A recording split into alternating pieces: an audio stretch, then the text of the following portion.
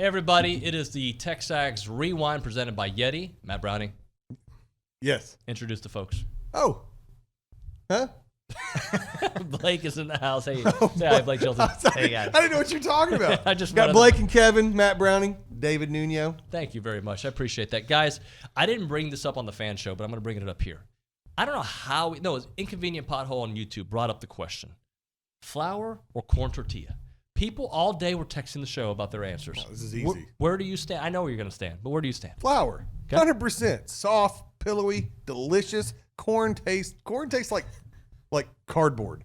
Okay, I don't agree with necessarily. I agree No, with hate you. it. Flour all the way. I'm a flour guy, but I heard you interview Schloss, and he said corn. I was very surprised by that. I think corn, when it's homemade, can be really flavorful and thick. I wish I hadn't heard that because now I no longer have faith in the baseball team. Well, he lost faith in you a long time ago. Corn tortilla. If I'm making fish tacos, it's corn. Okay. If I'm making something of that nature, if it's Cinco de Mayo and I'm in San Antonio, it is corn all day because it's amazing. Other than that, 90% flour. So, guys, what does it have to do with today's show? Absolutely nothing. Nothing. We did That's Bullcrap with Stephen McGee, and by the way, we did play that same game of flour and corn tortillas with him. It was fun. Schlossnagle joined us on the show. I shouldn't just call him Coach Schlossnagle, but we'll just go with Schloss. He joined us. AT from Aaron Torres from Fox Sports Radio. We talked about Aggie spring football and some of the big storylines coming out of that. And John Lopez, the Sports Radio 610, a good Aggie, all on TexAgs Rewind. By the way, guys, we're not telling people what to do anymore after the show. We just expect them to know. We don't want to tell them to like, share, subscribe, comment, and We don't click the need to. notification bell. No, they know should to know do by that. now. They know. All right. Have you subscribed yet?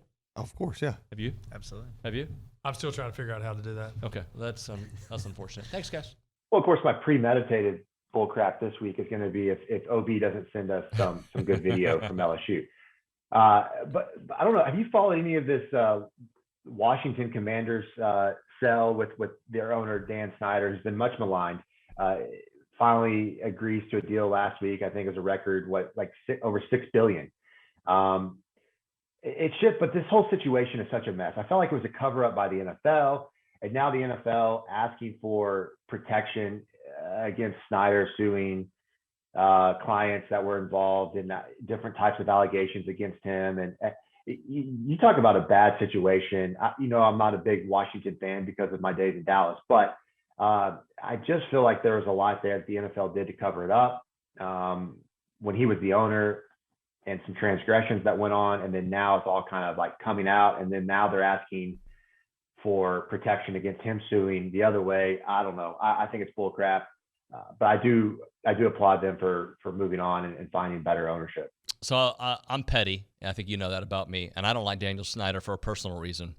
I'll tell you a quick version of my career story. In 1999, I'm living in Dallas as a banker before I'd gotten into the media. And Mark Cuban and Daniel Snyder are on a show on CNN talking about they had just bought their franchises within a couple years, right? And they were both talking about how they were the new breed of owner, that they would respond to fans, and Cuban would email you back, and Snyder's like, yeah, I do that too. So I emailed both of them. I'm still waiting for Snyder to respond to that email, but Cuban responded that day, and I got a job with the Mavericks the next day. So that just kind of shows you how petty I can be. So I'm still mad at Snyder. I love it. No, I think it's a perfect indication of the type of guy he really is. I think you've all talked, but it just lengthens the lineup. You never want to have. I mean, I've been a part of teams that when the first 4 or 5 guys hit, you got a chance to score, and then when the bottom 4 to 5 guys hit, you don't have much of a chance to score. So you're waiting around for the lineup to flip over. And the best lineups I've ever been involved in, which last year would have been one of those lineups. I think this year has, not quite as good. But the best lineups you have are ones on any given day, you could flip the lineup. So you could get 1 through 9, and then the next day have 9 hit first and 1 hit ninth, and you still feel pretty good about it, And so I think anytime you have a Jace Lavalette hitting, in the 7 hole or 6-6,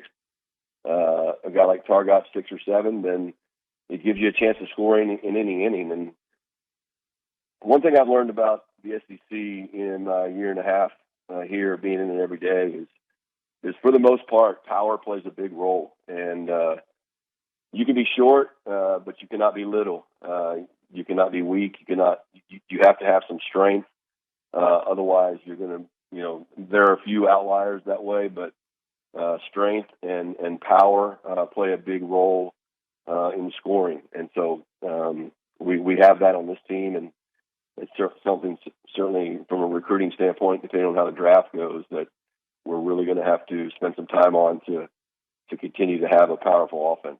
And while there's a lot of questions about the A&M offense, I don't have as many because I have a little bit of faith in what Bobby Petrino is going to do. I have a lot of faith in the quarterback situation here. I look at Alabama, and I think they'll figure things out, but they got more question marks when it comes to their offense because Bryce Young is no longer there. I look at some other schools out there. Ole Miss has got 3 different guys vying for that position. Mississippi State loses Mike Leach. When I think about A&M, look, I don't think it's that difficult of a fix to get 7 to 10 more points a game. And I think they're headed towards that with Bobby and with a quarterback that looks like, if it's going to be Max or Connor, will put them in the right position. Yeah, a couple of things there. I think it's going to be Connor. I remember about a year ago at this time, I was on with you, and I felt really strongly about Connor eventually winning the job, and ultimately for a number of reasons he did. I think Connor Wegman is the guy.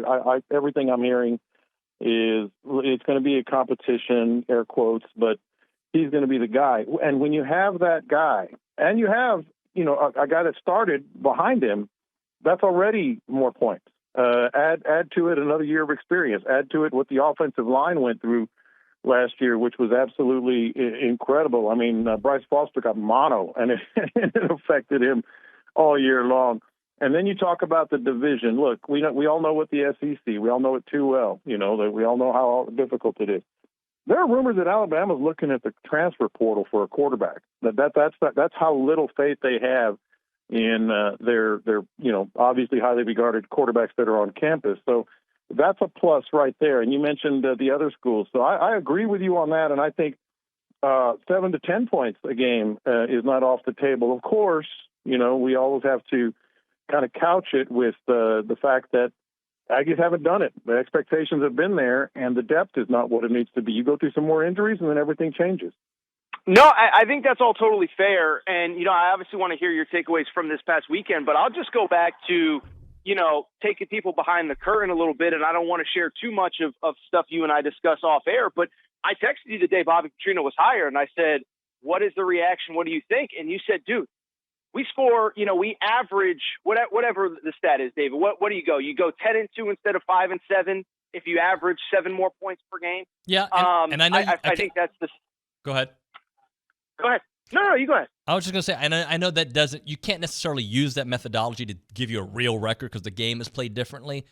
But just looking at stats alone, they lost the Ole Miss game, the App State game. Oh my gosh, I hate saying that out loud.